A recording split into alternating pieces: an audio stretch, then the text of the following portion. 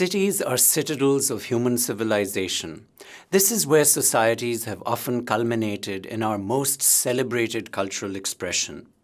Even in nomadic societies, there have been sacred places of convergence for ceremonies that have held the glow of cities. Cities offer 5 characteristics that could make them more sustainable. The first is that they have concentrated wealth and population. By having higher density of human habitation, they allow for easier trade of capital. The density also makes it more efficient to deliver services to a larger population. Information networks in cities are more robust. They are engines of innovation. Higher density also allows for greater ideas exchange. An example of this being technology clusters such as Silicon Valley in California. Next, centralization leads to more efficient transportation and resource distribution.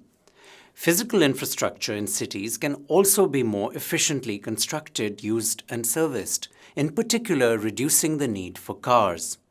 4. Cities can be incubators for planning paradigms. Cities are microcosms of human habitation preferences, and many of the lessons learned from deliberative planning in cities can be applied at other scales as well. And finally, cities tend to be heterogeneous in terms of ethnicity and talent. They attract a broad range of talents and are often culturally more diverse than rural areas. Such a heterogeneous texture also fosters social resilience. The history of green design can be traced to the pioneering work of Scottish-American urban planner Ian McHarg. His landmark book, Design with Nature, was published in 1969 and still remains in currency today, laying out the key attributes of green urban planning. An architect whose work resonated with McHarg's writings was Konstantinos Doxiadis, who is considered the founder of the field of acoustics, which is the study of human settlements from an environmental systems perspective. Doxiadis' masterpiece of smart urban planning was Islamabad, the planned capital of Pakistan, built in the 1960s, which is to this day noted for its ecological design features such as interweaving green spaces with mixed-use commercial clusters surrounded by residential sectors. Timothy Beatley more recently summarized the lessons of the early decades of designing with nature in his book Green Urbanism. Some of the key elements of green cities were summarized by him as follows. Green cities strive to live within their ecological limits. They are cities that are green and that are designed for and function in ways analogous to nature. Green cities strive to achieve a circular rather than a linear metabolism, which nurtures and develops positive symbiotic relationships with and between their hinterlands. Green cities strive towards local and regional self-sufficiency and take full advantage of and nurture local regional food production economies, power production, and many other activities that sustain and support their populations. They facilitate and encourage more sustainable, healthy lifestyles. And finally, green cities emphasize a high quality of life and the creation of highly livable neighborhoods and communities.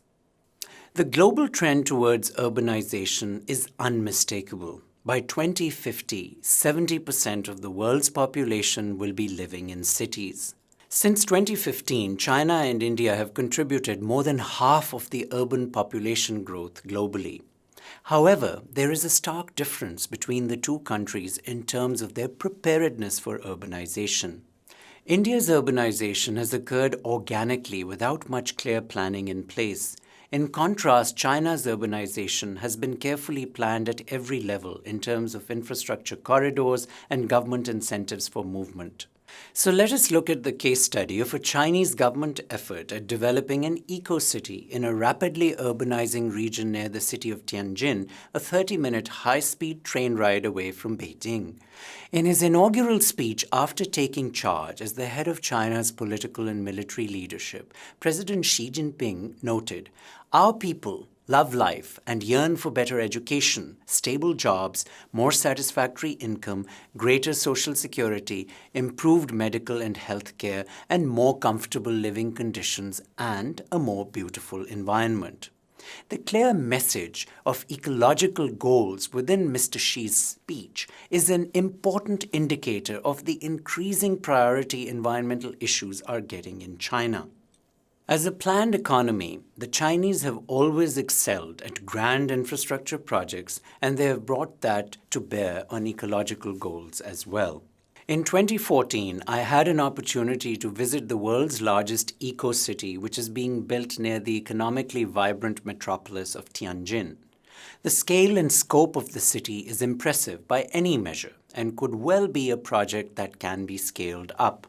The planners have summarized the vision of the city in poetic terms as 3 harmonies and 3 abilities as follows. 3 harmonies refers to people living in harmony with other people, that is social harmony, people living in harmony with economic activities, that is economic vibrancy, people living in harmony with the environment, that is environmental sustainability. They also refer to 3 abilities, which for the eco-city would be practicable. The technologies adopted in the eco-city must be affordable and commercially viable.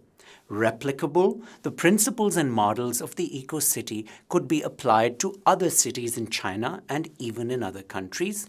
Scalable, the principles and models could be adapted for another project or development of a different scale.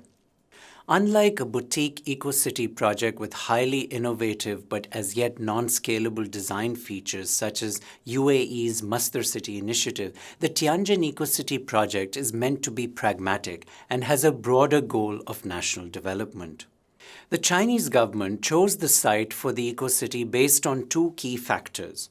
First, the development should occur on non-arable land so that not to compete with agriculture. And second, it was developed near an area facing water shortage. Thus, the goal of the eco-city project is to find ways of using resource-scarce environments more productively, rather than optimizing particular ecological criteria by choice of location. What is particularly remarkable about this effort is also that it is a partnership between 2 countries, China and Singapore.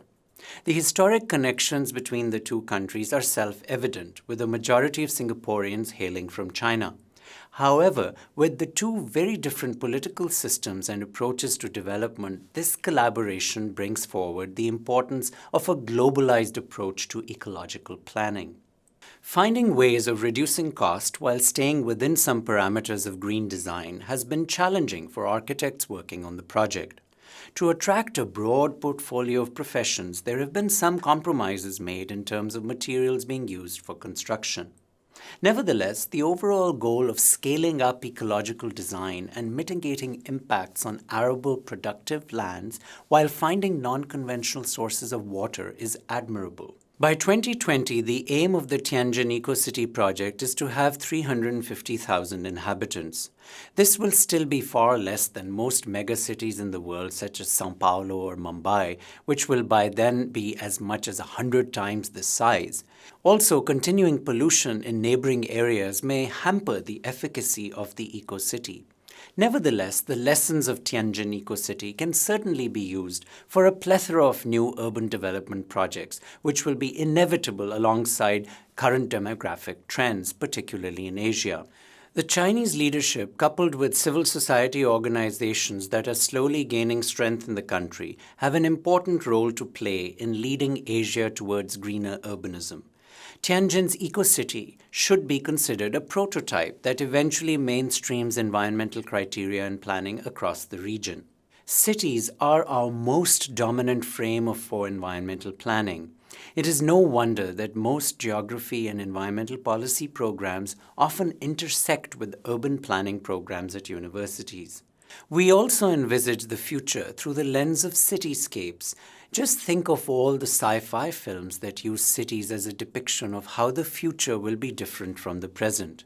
However, it is important to note that while urbanization can lead to more efficient water and energy usage, it can also lead to greater vulnerability. Diseases can spread far more easily in cities. Vertically built cities that use energy efficiently are also highly dependent on it. Imagine what would happen to an apartment dweller in urban high-rises if lack of power led to elevator disruptions. Cities can no doubt sculpt our sustainable future with great efficiency and style, but we will need to be smart about how we plan them and be willing to constantly change with the needs of their inhabitants. The revolutionary urbanist Jane Jacobs noted the centrality of humanism in city planning with these instructive words, and I quote, "There is no logic that can be superimposed on the city. People make it, and it is to them, not buildings, that we must fit our plans."